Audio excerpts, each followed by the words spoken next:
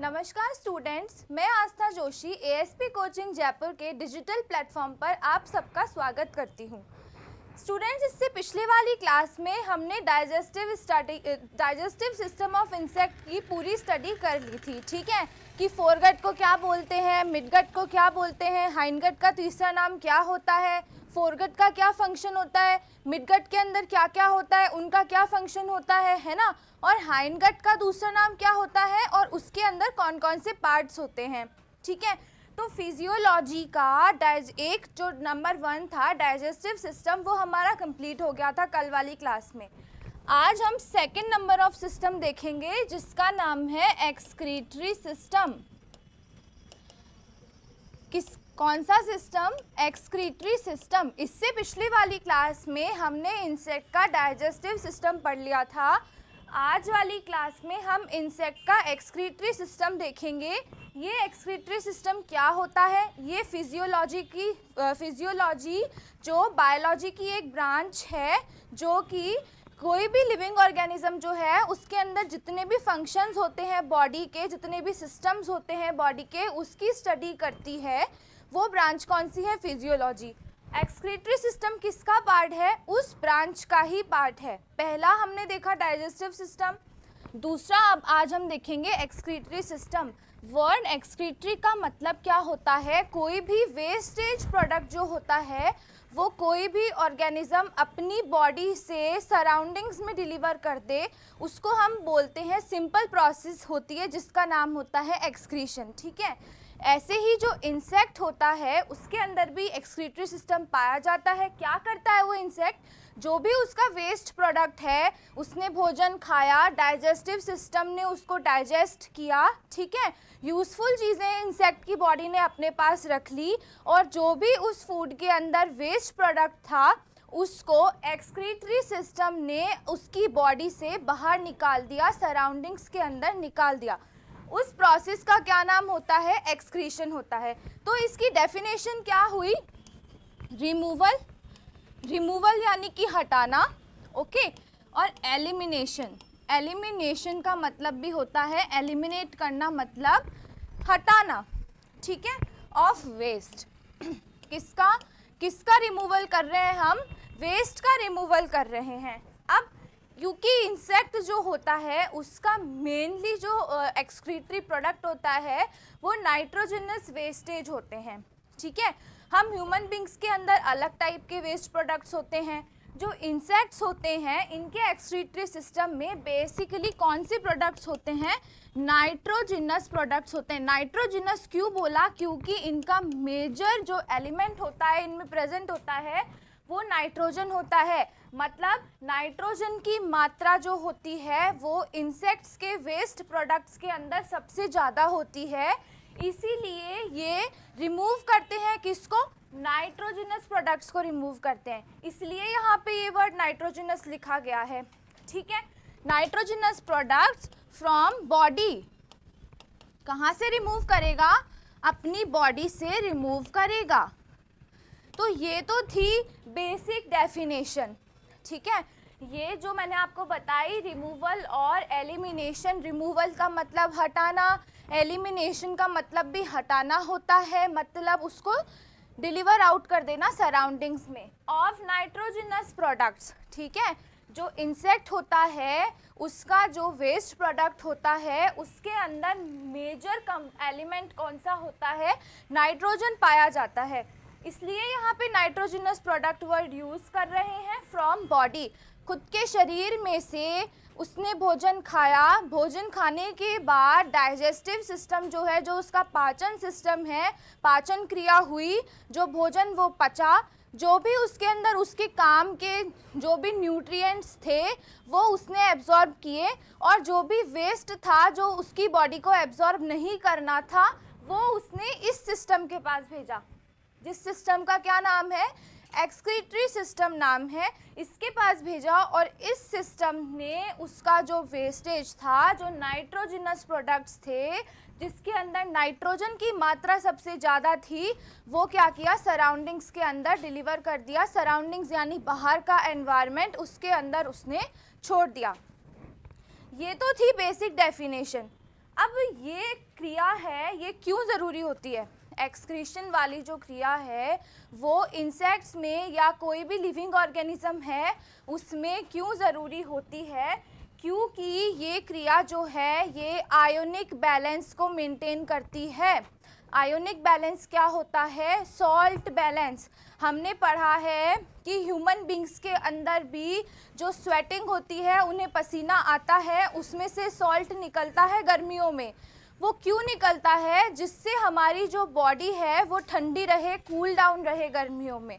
ठीक है, तो पसीना आना भी एक तरीके का एक्सक्रीशन ही है, क्योंकि पसीना भी एक वेस्ट प्रोडक्ट है जो कि हमारी स्किन के थ्रू निकल जाता है। ठीक है, और आयोनिक बैलेंस मेंटेन करता है। ऐसे ही जो इंसेक्ट्स होते हैं इनके अंदर भी एक्सक्रीशन वाली प्रोसेस ज़रूरी होती है।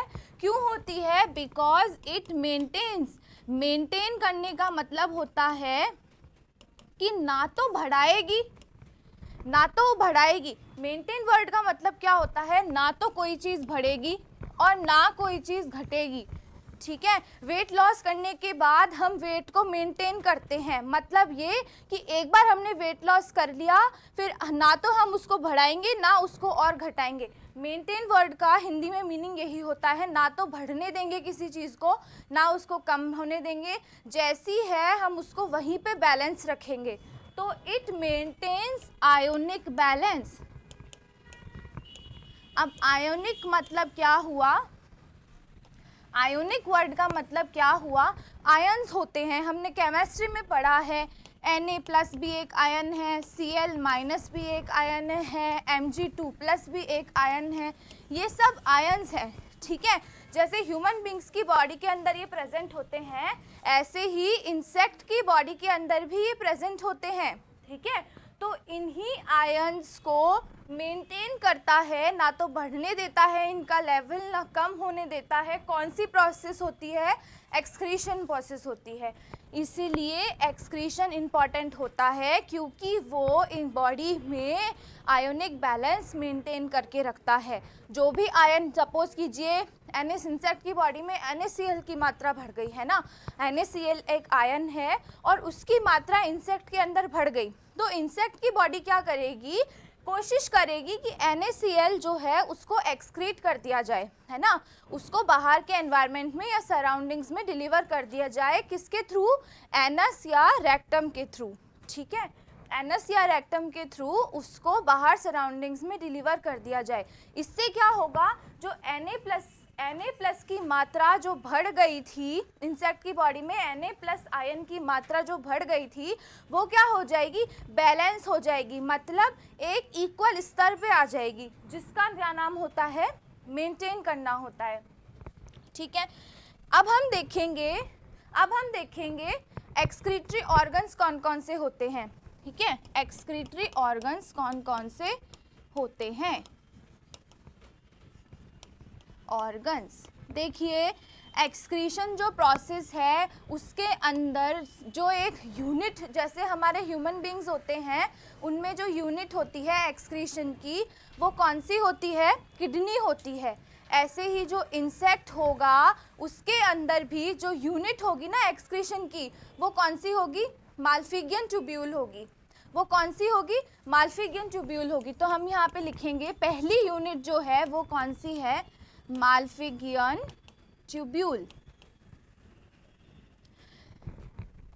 ये बहुत सिंपल है। देखिए, जैसे ह्यूमन बींग्स होते हैं, हम इंसान होते हैं, हमने बायोलॉजी में भी पढ़ा है कि इंसानों के अंदर जो किडनी का रोल होता है वो एक्सक्रीटरी सिस्टम में किडनी जो है उसका मेन रोल होता है। ठीक है, तो एक्सक्रीटरी सिस्टम की ह्यूमन बींग्स के अंदर इकाई कौन सी होती है? मेन इकाई वो होती है किडनी। ठीक है, लेकिन जो इंसेक्ट्स होते हैं उनके अंदर किडनी पाई नहीं जाती। ठीक है, इंसेक्ट्स में क्या पाए जाते हैं? माल्फिगियन ट्यूब्यूल्स पाए जाते हैं। इनका हिंदी में भी यही नाम है जो इंग्लिश में है। ठीक है, इंसेक्ट्स में क्या पाए जाते हैं? माल्फिगियन ट्यूब्यूल्स पाए जाते हैं। किडनी वाला ही सेम फंक्शन करते हैं, बस नाम अलग है। इंसानों में तो किडनी नाम दे दिया उसको, और जब हम इंसेक्ट्स की बात करेंगे तो क्या नाम दे दिया? माल्फिगियन ट्यूब्यूल नाम दे दिया। ठीक है, तो एक्सक्रीटरी ऑर्गन सबसे पहला ऑर्गन कौन सा है हमारा? माल्फिगियन ट्यूब्यूल, ठीक है। जैसे ह्यूमन बीइंग्स होते हैं उनके अंदर पहला एक्सक्रीटरी सिस्टम का जो पार्ट होता है वो किडनी होती है, ऐसे ही जो इंसेक्ट्स होते हैं उनके एक्सक्रीटरी ऑर्गन का पहला पार्ट कौन सा है? माल्फिगियन ट्यूब्यूल है। इस पे क्वेश्चन ये पूछा जाता है कि ऑप्शंस दे रखे होते हैं और पूछते हैं which of the following is part of excretory system of insect. Option हमारे पास होते हैं माल्फिगियन ट्यूब्यूल, ठीक है, नेफ्रोसाइट्स, ठीक है, और आप ले लीजिए ये ओमाटीडिया ले लीजिए आप, ठीक है। ये तीन ऑप्शंस होते हैं, हमें कौन सा टिक करना है? माल्फिगियन ट्यूब्यूल एक्सक्रीटरी सिस्टम का पार्ट है और ओमाटीडिया किसका पार्ट है? सिफेलिक सेंसरी ऑर्गन, आई का पार्ट है ओमाटीडिया। आई की जो एक छोटी इकाई मैंने आपको बताई थी वो कौन सी थी? ओमाटीडिया थी। तो पहला तो हमारा ये हो गया माल्फिगियन ट्यूब्यूल। दूसरा हमारा हो गया इंटेग्यूमेंट। इंटेग्यूमेंट हम पढ़ चुके हैं। इंटेग्यूमेंट का दूसरा नाम क्या होता है? क्या होता है इंटेग्यूमेंट का दूसरा नाम? एक्सोस्केलेटन। यही पढ़ा था ना हमने। इंटेग्यूमेंट का दूसरा नाम हमने क्या पढ़ा था? एक्सोस्केलेटन पढ़ा था, जिसको हम क्या बोलते हैं? स्किन बोलते हैं इंसेक्ट की। एक्सोस्केलेटन को हम क्या बोलते हैं? स्किन बोलते हैं इंसेक्ट की, है ना। उसी को हम क्या बोलते हैं? इंटेग्यूमेंट्स बोलते हैं। हमने पढ़ा था एपिक्यूटिकल, प्रोक्यूटिकल, है ना, हाइपोडर्मिस और एपिडर्मिस, बेसमेंट मेम्ब्रेन, ये तीन पढ़े थे हमने पिछले वाले लेक्चर्स में। आप जाके देखिए, हमने इंटेग्यूमेंट्स हम पढ़ चुके हैं। इंटेग्यूमेंट को ही एक्सोस्केलेटन बोलते हैं और वही इंसेक्ट की स्किन होती है, ठीक है। अब मैंने आपको बताया कि अब यहाँ पे एक्सक्रीटरी ऑर्गन में इंटेग्यूमेंट क्यों लिखा हुआ है। एक्सक्रीटरी ऑर्गन में इंटेग्यूमेंट इसलिए लिखा हुआ है, जैसे हम ह्यूमन बींग्स को पसीना आता है, स्वेटिंग होती है, तो हमारा जो पसीना है, जो स्वेट है, वो कहाँ से निकलता है? हमारी स्किन से निकलता है ना। हमारी स्किन से ही तो निकलता है और उसके अंदर क्या होता है? पसीने में सॉल्ट्स होते हैं। ऐसे ही जो इंसेक्ट होता है इसको भी पसीना आता है, इसको भी स्वेटिंग होती है और इसकी स्वेटिंग किससे निकलती है? इंटेग्यूमेंट्स से निकलती है और उन्हीं इंटेग्यूमेंट्स को स्किन बोलते हैं, ठीक है। इंसेक्ट की जो स्किन है, जो उसके इंटेग्यूमेंट है, जिसको हम क्यूटिकल बोलते हैं, उसी से जो इंसेक्ट है उसका वेस्ट प्रोडक्ट निकलता है। कभी पसीना निकलता है, कभी वैक्स निकलता है, ठीक है। तो इसलिए इंटेग्यूमेंट पार्ट है एक्सक्रीटरी ऑर्गन का, है ना, क्योंकि सॉल्ट बैलेंस तो इंटेग्यूमेंट भी करता है। हमने पढ़ा कि पसीने के अंदर होता है सॉल्ट, ठीक है। ह्यूमन बींग्स के जो पसीना होता है, जो स्वेट होता है, उसके अंदर पाया जाता है नमक यानी सॉल्ट, ठीक है। कोई भी तरीके के आयंस उसके अंदर पाए जाते हैं। ऐसे ही जो इंसेक्ट है उसकी जो स्किन है उसमें भी स्वेटिंग होती है और उसमें से भी सॉल्ट निकलते हैं, आयंस निकलते हैं। हमने पढ़ा था एक्सक्रीटरी सिस्टम का मेजर रोल होता है आयन बैलेंस और सॉल्ट बैलेंस। तो इंटेग्यूमेंट से भी वो आयन या सॉल्ट निकले, तो इन शॉर्ट हो गया बैलेंस। इंटेग्यूमेंट से भी बैलेंस हुआ ना सॉल्ट का, क्योंकि वो भी तो पसीना निकाल रहा है और पसीने में होते हैं सॉल्ट, ठीक है। तो एक्सक्रीटरी ऑर्गन का दूसरा होता है इंटेग्यूमेंट और एक्सोस्केलेटन और स्किन। तीसरे होते हैं ओइनोसाइट्स, ओइनोसाइट्स, और चौथे होते हैं नेफ्रोसाइट्स। ये दोनों किसके पार्ट हैं? ओइनोसाइट्स और नेफ्रोसाइट्स किसके पार्ट हैं?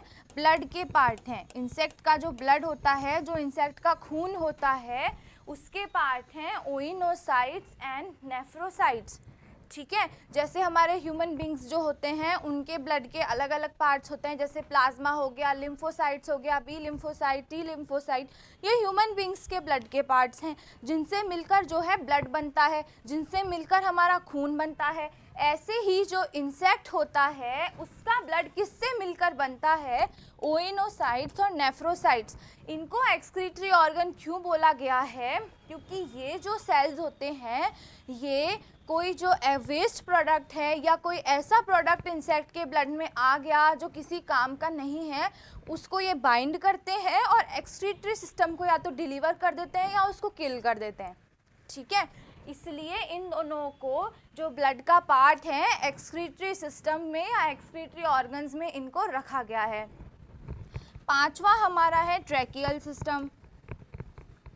पांचवा कौन सा है? Tracheal system. अब देखिए ट्रैकिया क्या होती है।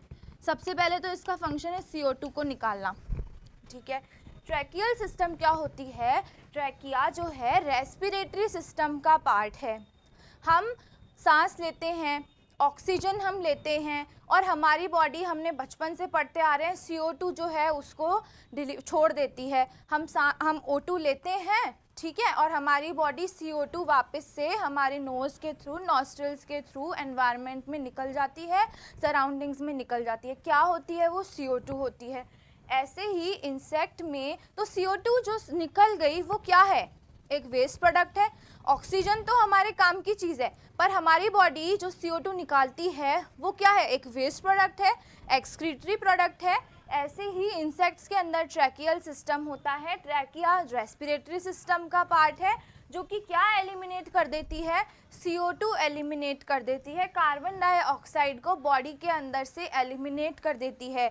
जब भी इंसेक्ट की बॉडी में कार्बन डाइऑक्साइड यानी CO2 का लेवल बढ़ जाता है तो उसको डिजीनेस होती है, यानी कि चक्कर आना, जो ह्यूमन बींग्स में भी होता है, ठीक है। तो उसी के एलिमिनेशन के लिए एक्सक्रीटरी ऑर्गन के अंदर ट्रैकियल सिस्टम को भी रखा गया है जो कि CO2 को एलिमिनेट कर देगी, क्योंकि CO2 क्या है? एक वेस्ट प्रोडक्ट है। लास्ट है हमारा रेक्टम और एनस। हमने डायग्राम जो पढ़ा था डाइजेस्टिव सिस्टम का, पूरे एलिमेंट्री कैनाल का, उसमें हमने पढ़ा था कि माउथ से लेकर लास्ट वाला जो पार्ट होता है रेक्टम या एनस होता है, जिसके थ्रू जो वेस्ट प्रोडक्ट हैं वो सराउंडिंग्स में इंसेक्ट जो है वो छोड़ देता है। इसलिए रेक्टम और एनस को एक्सक्रीटरी ऑर्गन कहा गया है, ठीक है, क्योंकि एलिमेंट्री कैनाल माउथ से शुरू होता है और रेक्टम या एनस पे ख़त्म हो जाता है। हमने पढ़ा था हाइंड गट में इलियम, कोलोन और रेक्टम होते हैं, ठीक है, और रेक्टम जो होता है उसके लास्ट वाला पार्ट कौन सा होता है? एनस होता है। रेक्टम को ही एनस बोलते हैं, ठीक है, जो क्या करता है, जो वेस्ट प्रोडक्ट है उसको सराउंडिंग्स के अंदर भेज देता है। अब हम इसके बारे में पढ़ेंगे। अब हम पर्टिकुलर माल्फिजियन ट्यूब्यूल को पढ़ेंगे, ठीक है। ये इतने इम्पॉर्टेंट नहीं हैं, लेकिन हमें जनरल नॉलेज के लिए पता होना चाहिए। मेजर जो है वो ये है, माल्फिजियन ट्यूब्यूल जो है वो हमारा मेजर है, ठीक है, आप इसको नोट कर लीजिए। अब हम पढ़ेंगे माल्फिजियन ट्यूब्यूल के बारे में। माल्फिजियन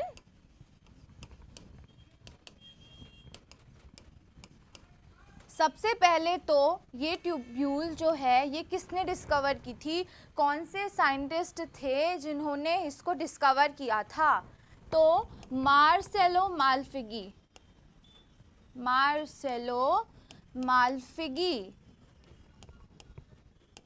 मार्सेलो माल्पिगी नाम के एक साइंटिस्ट थे जिन्होंने माल्फिजियन ट्यूब्यूल को डिस्कवर किया था, ठीक है। नाम बिल्कुल सिमिलर है, नाम बिल्कुल क्वेश्चन आता है इस पे कि हु डिस्कवर्ड माल्फिजियन ट्यूब्यूल, और बहुत सिंपल सा आंसर है मार्सेलो माल्पिगी। इसके नाम में ही आंसर छुपा हुआ है, मार्सेलो माल्पिगी पीछे, और इसी ने माल्फिजियन ट्यूब्यूल को डिस्कवर किया था।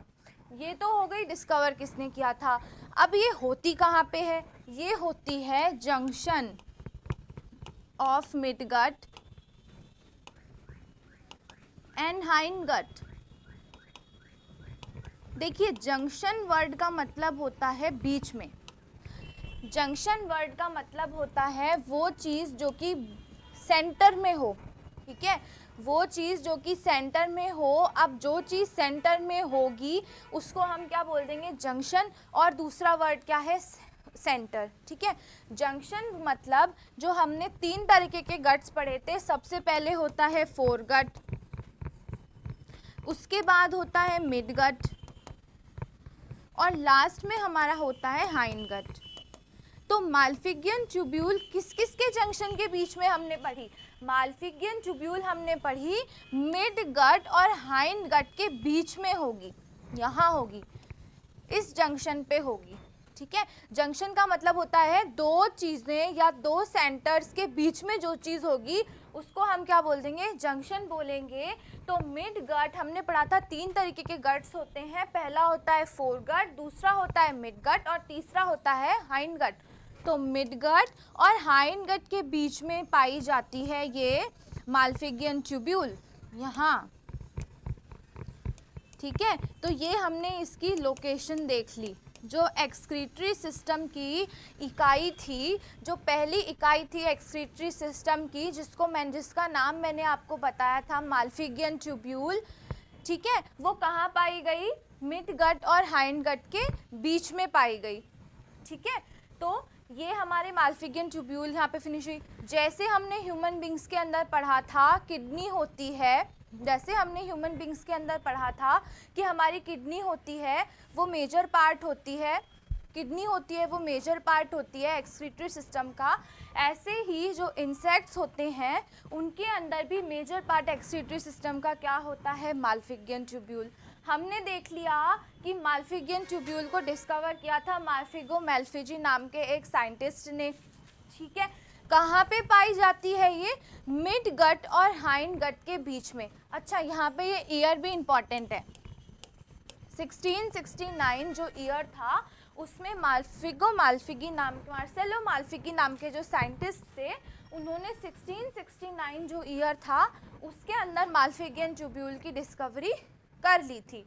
ठीक है, तो ये हमारा ये वाला पार्ट फिनिश होता है। अब मैं आपको कुछ एक्सेप्शंस बताऊंगी और उसके बाद मैं आपको नंबर्स बताऊंगी कि कौन कौन से इंसेक्ट्स में जो माल्फिगियन ट्यूब्यूल होती है वो कितनी कितनी होती है। ठीक है, सबसे पहले आप एक एक्सेप्शन सुने। माल्फिगियन ट्यूब्यूल जो है वो स्प्रिंग टेल्स के अंदर और एफिड्स के अंदर एब्सेंट होती है। जो माल्फिगियन ट्यूब्यूल है,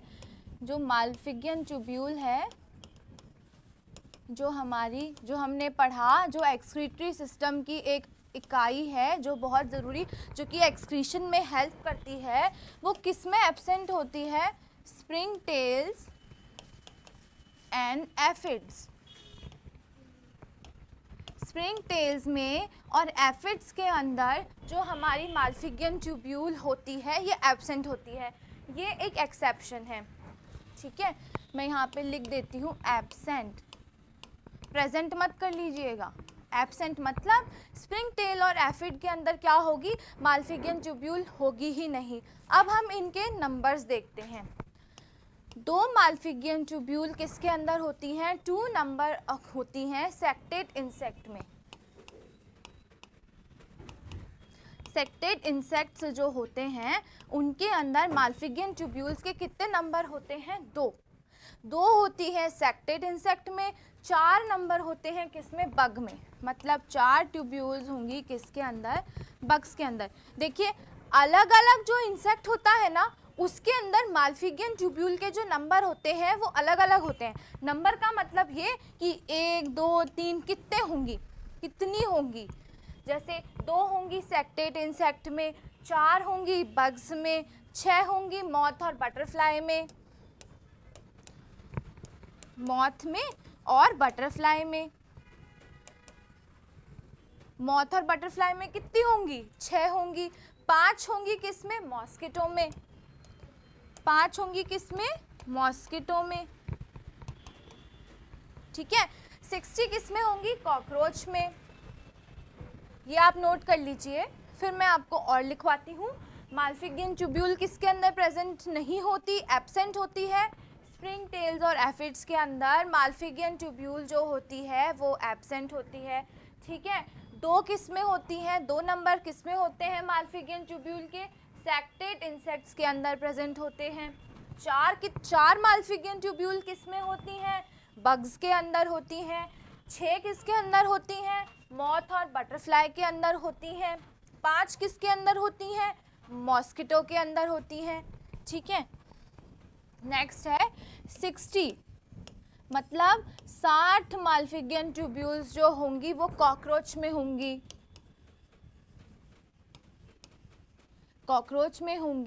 और 200 से भी ज़्यादा, मोर देन 200, ये यहाँ पे ये मोर का साइन है, ठीक है। मोर देन 200 यानी 200 से भी ज़्यादा मालफिगियन ट्यूब्यूल्स किस में होंगी हमारी, किस में होंगी, 200 से भी ज़्यादा मालफिगियन ट्यूब्यूल हमारी होंगी लोकस्ट के अंदर, ठीक है। 200 से ज़्यादा मालफिगियन ट्यूब्यूल हमारी किस में होंगी, लोकस्ट में होंगी। देखिए ये जो नंबर्स हैं ये बहुत इंपॉर्टेंट है आपको लर्न करने कि कौन से इंसेक्ट के अंदर कितनी मालफिगियन ट्यूब्यूल होती हैं, लेकिन सबसे ज़्यादा यहाँ पे लोकस्ट इंपॉर्टेंट है। सबसे ज़्यादा यहाँ पे जो इम्पॉर्टेंट है वो लोकस्ट है और कॉकरोच है। इन दो का आप तो मेजर याद रखें, बग्स का, मॉस्किटो का, सेक्टेट इंसेक्ट का ये आप याद नहीं भी रखेंगे तो चलेगा, लेकिन ये जो दो हैं ये मेजर है, इनको आप याद रखें कि लोकस्ट के अंदर मोर देन 200 होती है और कॉकरोच के अंदर कितनी होती है, 60 होती है। अब एक लाइन है कि मालफिगियन ट्यूब्यूल जो है मेजर ऑर्गन है किसका, एक्सक्रीशन का। नोट करते हैं मालफिगियन ट्यूब्यूल जो है वो क्या है, मेजर ऑर्गन, जो मैं आपको बता चुकी किसका, एक्सक्रीशन का। एक्सक्रीशन का मालफिगियन ट्यूब्यूल्स कौन सा ऑर्गन है, मेजर ऑर्गन है। देखिए यहाँ पे हमारा जो बेसिक जो टॉपिक था, क्या होती हैं, कहाँ पे प्रेजेंट होती हैं, क्या फंक्शन होता है, ये हमारा यहाँ पे फिनिश हुआ। अब हम देखेंगे कि जो अलग अलग तरीके के जो इंसेक्ट्स होते हैं उनका जो एक्सक्रीटरी प्रोडक्ट होता है उसका क्या टाइप होता है, ठीक है। सपोज कीजिए 3 तरीके के इंसेक्ट पाए जाते हैं। पहला होता है टेरेस्ट्रियल, मैं आपको पहले भी बता चुकी, टेरेस्ट्रियल। दूसरा होता है एक्वेटिक। टेरेस्ट्रियल वर्ड का मतलब क्या होता है, वो जीव और वो जंतु जो लैंड पे रहते हो, और एक्वेटिक का मतलब क्या होता है, वो जीव या वो जंतु जो पानी के अंदर रहते हो, उनको इंग्लिश में क्या बोलते हैं, एक्वेटिक बोलते हैं। लैंड यानी कि धरती, उस पे कौन जो रहते हैं, जो जीव जो जंतु लैंड यानी कि धरती पे रहते हैं, उनको इंग्लिश में क्या बोलते हैं, टेरेस्ट्रियल बोलते हैं। और वो जीव या वो जंतु जो पानी के अंदर रहते हैं, जो पानी में सरवाइव करते हैं, उनको इंग्लिश में बोलते हैं एक्वेटिक, ठीक है। इन दोनों के जो वेस्ट प्रोडक्ट्स होते हैं, जो एक्सक्रीटरी प्रोडक्ट्स होते हैं, उनके अलग अलग नाम होते हैं, ठीक है। जो टेरेस्ट्रियल होता है उसका एक्सक्रीटरी प्रोडक्ट जो होता है वो होता है यूरिक एसिड। जो टेरेस्ट्रियल होगा उसका एक्सक्रीटरी प्रोडक्ट का क्या नाम होगा, एक्सक्रीटरी प्रोडक्ट हमने पढ़ लिया, वो प्रोडक्ट जो कि वो फूड जो कि माउथ से लेने के बाद, डाइजेशन होने के बाद, उसका पाचन होने के बाद वेस्ट बॉडी ने उसमें से यूज़फुल चीज़ें तो ले ली, और जो वेस्ट था, जो कचरा था, जो शरीर के किसी काम का नहीं था, वो शरीर ने अपने शरीर में से कहाँ डिलीवर कर दिया, सराउंडिंग्स में डिलीवर कर दिया, यानी कि बाहर के एनवायरनमेंट में उसको छोड़ दिया। वो क्या था, एक्सक्रीटरी प्रोडक्ट था, वेस्ट था वो। तो टेरेस्ट्रियल इंसेक्ट्स जो होते हैं, जो लैंड पे रहते हैं, उनका वेस्ट प्रोडक्ट का क्या नाम होता है, यूरिक एसिड होता है, ठीक है। वो जो वेस्ट प्रोडक्ट डिलीवर करते हैं सराउंडिंग्स के अंदर, जो उनके काम का नहीं होता, भोजन पचने के बाद जो बॉडी निकाल देती है, वो कौन सा प्रोडक्ट होता है, यूरिक एसिड होता है। कौन से इंसेक्ट्स में, टेरेस्ट्रियल इंसेक्ट्स में, जो कि धरती पे यानी लैंड पे रहते हैं। जो एक्वेटिक होते हैं, जो पानी के अंदर रहते हैं, उनका वेस्ट प्रोडक्ट होता है अमोनिया। उनका वेस्ट प्रोडक्ट क्या होता है, अमोनिया होता है। जो लैंड पे थे उनके वेस्ट प्रोडक्ट का क्या नाम था, यूरिक एसिड था। जो पानी में रहते हैं, एक्वेटिक जिनको कहा जाता है, उनके वेस्ट प्रोडक्ट का क्या नाम हुआ, अमोनिया नाम हुआ। इंसेक्ट्स जो होते हैं, जो इंसेक्ट्स के बारे में हमने पढ़ा था, उनके कैरेक्टर्स क्या आते हैं, 3 pairs of legs and 2 pairs of wings, ठीक है। तो बेसिकली वो कहाँ के हुए, लैंड के ही पार्ट हुए ना। 3 pairs of legs, 2 pairs of wings, land के ही पार्ट हुए, लैंड पे ही रहेंगे। मेजॉरिटी जो है इंसेक्ट्स की, जो अभी तक डिस्कवर हुई है, जो अभी तक हमने पढ़ी है, मेजॉरिटी ऑफ इंसेक्ट्स जो हैं टेरेस्ट्रियल होते हैं। टेरेस्ट्रियल यानी कि वो लैंड पे रहते हैं। और लैंड पे रहेंगे तो उनका वेस्ट प्रोडक्ट का क्या नाम होगा, यूरिक एसिड होगा। इसलिए जो इंसेक्ट्स होते हैं उनका जो मेजर वेस्ट प्रोडक्ट जो होता है उनका मेजर वेस्ट प्रोडक्ट वो क्या होता है, यूरिक एसिड होता है। क्या होता है, यूरिक एसिड जो है वो इंसेक्ट का मेजर वेस्ट प्रोडक्ट होता है। ये लर्न करने की चीज़ है। टेरेस्ट्रियल जो लैंड पे रहे उनका मेजर वेस्ट प्रोडक्ट क्या था, यूरिक एसिड था। एक्वेटिक जो पानी के अंदर रहे वो जीव जंतु, उनका वेस्ट प्रोडक्ट का क्या नाम था, अमोनिया। ठीक है, अमोनिया की फॉर्म में वो अपना वेस्ट प्रोडक्ट निकालेंगे। टेरेस्ट्रियल जो लैंड पे रहते हैं वो यूरिक एसिड की फॉर्म में अपना वेस्ट प्रोडक्ट निकालेंगे। इंसेक्ट्स भी लैंड पे ही रहते हैं। मैंने आपको बताया अभी कि अभी तक जो डिस्कवरी हो चुकी है उसमें जो इंसेक्ट्स हैं अभी तक वो सबसे ज़्यादा टेरेस्ट्रियल यानी कि लैंड पे रहने वाले पाए गए हैं, एक्वेटिक यानी कि पानी में रहने वाले नहीं पाए गए। ठीक है, तो इंसेक्ट्स का मेजर वेस्ट प्रोडक्ट भी क्या हुआ, यूरिक एसिड हुआ। ये इम्पॉर्टेंट है। इस पे क्वेश्चन आता है कि जो इंसेक्ट है उसका एक्सक्रीटरी प्रोडक्ट जो है वो किस फॉर्म में होता है, तो वो किस फॉर्म में होता है, यूरिक एसिड की फॉर्म में होता है। ऑप्शंस होते हैं यूरिक एसिड, अमोनिया, अमोनोटैलिक, है ना, यूरियोटैलिक। ठीक है, लेकिन यहाँ पे क्या पूछा है, एक्सक्रीटरी प्रोडक्ट का नाम पूछा है, तो वो क्या होंगे, यूरिक एसिड वाला होगा। इंसेक्ट का मेजर वेस्ट प्रोडक्ट क्या होगा, यूरिक एसिड होगा। इसीलिए इंसेक्ट को क्या बोलते हैं, यूरियोटैलिक। ये टेक्निकल टर्म है। यहाँ पे पानी में जो रहेंगे उनको क्या बोलेंगे, अमोनोटैलिक। देखिए, जो अमोनिया डिलीवर करेंगे, जिनका अमोनिया की फॉर्म में होगा वेस्ट प्रोडक्ट, उनको हम क्या बोल देंगे, अमोनोटैलिक। ठीक है, और जिनका यूरिक एसिड की फॉर्म में होगा, जो हम इंसेक्ट्स की बात कर रहे हैं, उन्हें हम क्या बोल देंगे, यूरियोटैलिक। ठीक है, जो यूरिक एसिड वेस्ट प्रोडक्ट होगा किसका होगा, इंसेक्ट्स का होगा। अब यहाँ पे इंसेक्ट्स की बात हो रही है। इंसेक्ट्स क्या होते हैं, टेरेस्ट्रियल होते हैं। टेरेस्ट्रियल वर्ड का मतलब क्या होता है, जो लैंड पे रहते हैं। उनका वेस्ट प्रोडक्ट्स किस फॉर्म में निकलते हैं, यूरिक एसिड के फॉर्म में निकलते हैं, इसलिए उनको यूरियोटैलिक बोल देते हैं। सिमिलर वर्ड्स हैं। ठीक है, यूरिक एसिड सिमिलर है किसके, यूरियोटैलिक के। अमोनिया किसके सिमिलर है, किसके सेम है, अमोनोटैलिक के। तो लर्न करना अपने आप इजी हो जाएगा। अब कुछ इंसेक्ट्स क्या करते हैं, जो उनका एक्सक्रीटरी प्रोडक्ट होता है ना, जो भी एक्सक्रीटरी प्रोडक्ट हुआ जो उन्होंने डिलीवर नहीं किया, उसको फैट बॉडी नाम का एक वर्ड है, टेक्निकल टर्म है, उसके फॉर्म में स्टोर कर लेते हैं। स्टोरेज जो है एक्सक्रीशन का इंसेक्ट में, वो किस फॉर्म में होता है, फैट बॉडी के फॉर्म में होता है। अभी बताती हूँ ये मैं। स्टोरेज जो है वेस्ट प्रोडक्ट का इंसेक्ट के अंदर किस फॉर्म में होता है, किस फॉर्म में होता है वेस्ट प्रोडक्ट का स्टोरेज इंसेक्ट के अंदर, फैट बॉडी के फॉर्म में होता है। ठीक है, कोई भी इंसेक्ट है, सपोज कीजिए कोई इंसेक्ट है, उसने अपना जो वेस्ट प्रोडक्ट है उसको लगा कि सराउंडिंग्स में उसको डिलीवर नहीं करना, या जब भी उसको करना है तो वो कुछ टाइम के लिए, हमेशा के लिए नहीं, कुछ पर्टिकुलर टाइम के लिए वो अपना वेस्ट प्रोडक्ट जो है उसको बॉडी के अंदर स्टोर करके रखता है। उसका क्या नाम है, फैट बॉडी नाम है। कुछ टाइम के लिए जो इंसेक्ट है वो अपने वेस्ट को स्टोर करके रखता है, जिसका क्या नाम है, फैट बॉडी नाम है।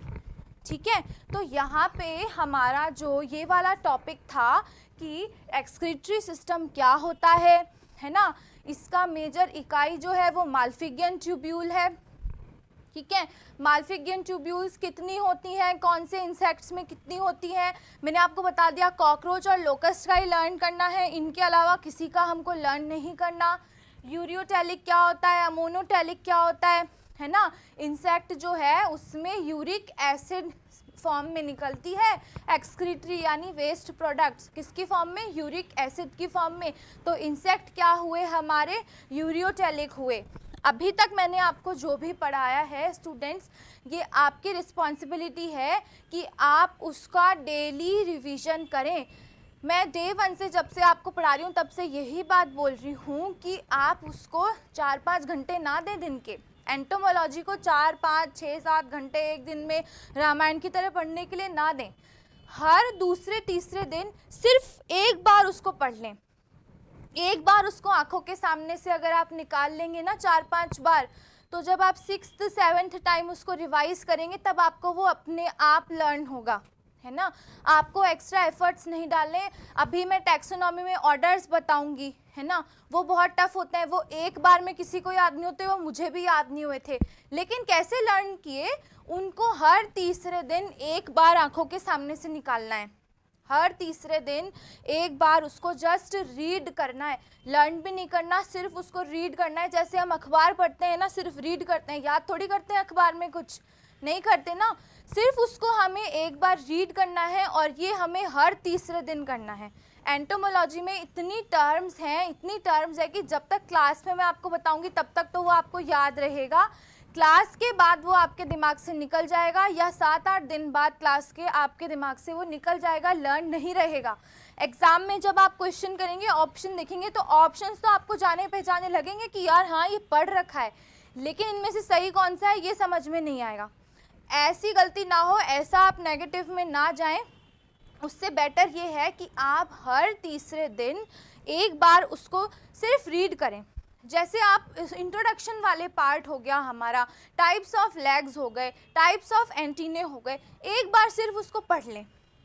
3-4-5-6 बार जब आप उसको सिर्फ एक बार रीड करके निकाल देंगे ना, 1 मंथ लगेगा मैक्सिमम। हर तीसरे दिन भी हमने लिया और 6 बार भी हमने रिवाइज कर लिया, तो 30 दिन से भी कम, मतलब 21 दिन में आप उसको 6 बार रिवाइज कर लेंगे तो 7वीं बार आपको अपने आप लर्न हो जाएगा। ठीक है, एंटोमोलॉजी इतनी टफ होती नहीं है, सिर्फ टर्म्स होती हैं जो हमें लर्न नहीं होती या हम उनको बोल नहीं पाते। ठीक है, बोलना तो हमको है नहीं, एग्जाम में तो टिक मार्क करना है, तो बोलने से कोई मतलब मत रखिए, आप सिर्फ ये देखिए कि आपको वो लर्न हो रहा है। ठीक है, तो आज का लेक्चर मैं यहीं पे ख़त्म करती हूँ। नेक्स्ट जो टॉपिक होगा हमारा वो क्या होगा, रेस्पिरेटरी सिस्टम होगा। तब तक आप इसको रिवाइज करें।